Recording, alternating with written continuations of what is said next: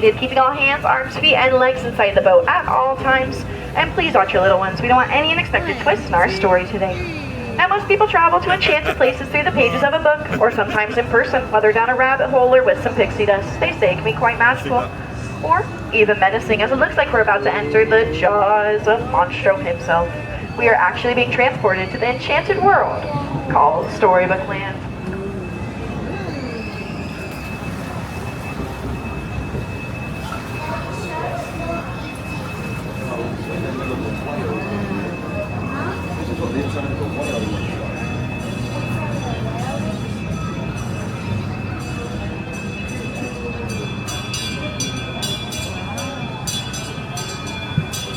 Like all good stories, ours begin with once upon a time with the three little pigs and the big bad wolf. If you look towards the center of the canal, you can see the three little pigs' houses.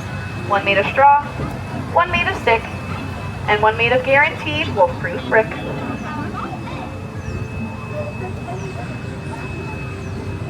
Now our story takes a strange turn as we enter the quaint English village. On our left, home of Alice, where one golden afternoon she followed that white rabbit down that rabbit hole, all the way to Wonderland, where things only got curiouser and curiouser. Now, if Alice isn't your cup of tea, we have London Park on our right, where Peter Pan and the Darling children first flew over on their trip to Neverland, where they wished that they would never, ever have to grow up.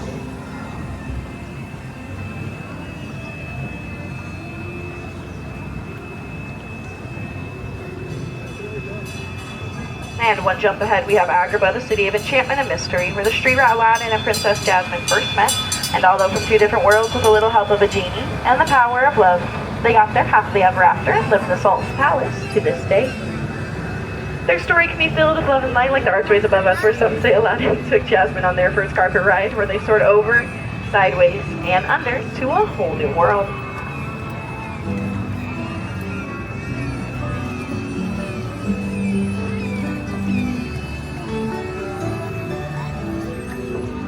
Now, sometimes our stories take a dark and mysterious turn, like the Cave of Wonders, the original home of the genie in the lamp. Legend has it, whoever sets the genie free gets 3 wishes.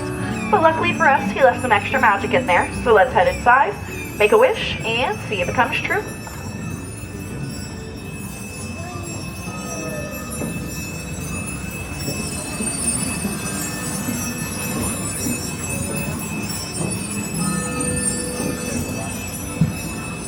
As Snow White fled for the evil queen, she came across this quaint cottage on our right-hand side. If you look closely, you can see their mine, and even hear them whistle while they work.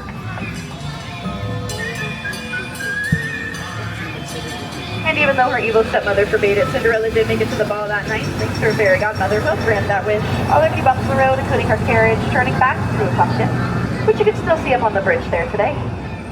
Cinderella eventually got her happily ever after with her prince in the castle atop the hill.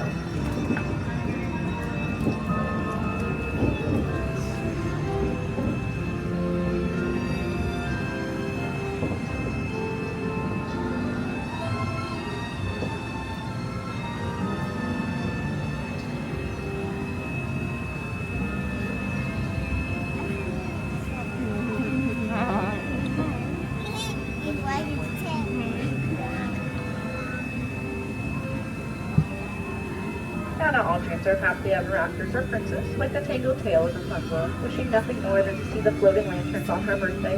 Rapunzel let down her hair and left her tower alongside Flynn Rider and his ever so charming Smolder. If you look closely, you can see their wanted posters, but they can never get his nose right.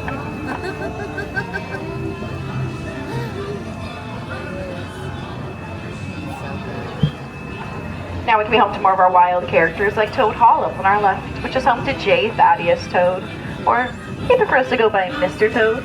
But sorry folks, he's not home right now. He's off on a wild ride and nowhere in particular. Or maybe he was heading somewhere like Arendelle, where the two sisters Anna and Elsa met their friends Kristoff, Sven, and Olaf, where they all found the one thing more powerful than Elsa's magic was the power of true love. And just up ahead, we have the sleepy Alpine village, home of Geppetto, where he wished for his puppet to become a real boy. And after Pinocchio saved him from the belly of Monstro, the Blue Fairy granted that wish. No strings attached. And just on the outskirts of Arendelle, we have Oaken's Trading Post, where I heard he's having a big summer blowout.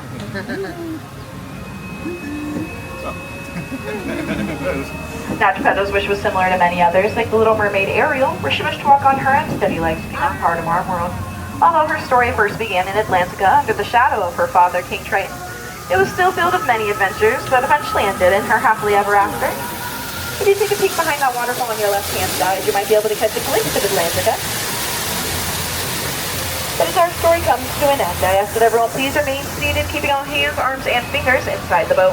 Once we approach the dock, please don't try to stand up on your own. I will have everyone stand up together on the count of 3, so nobody has to go under the sea.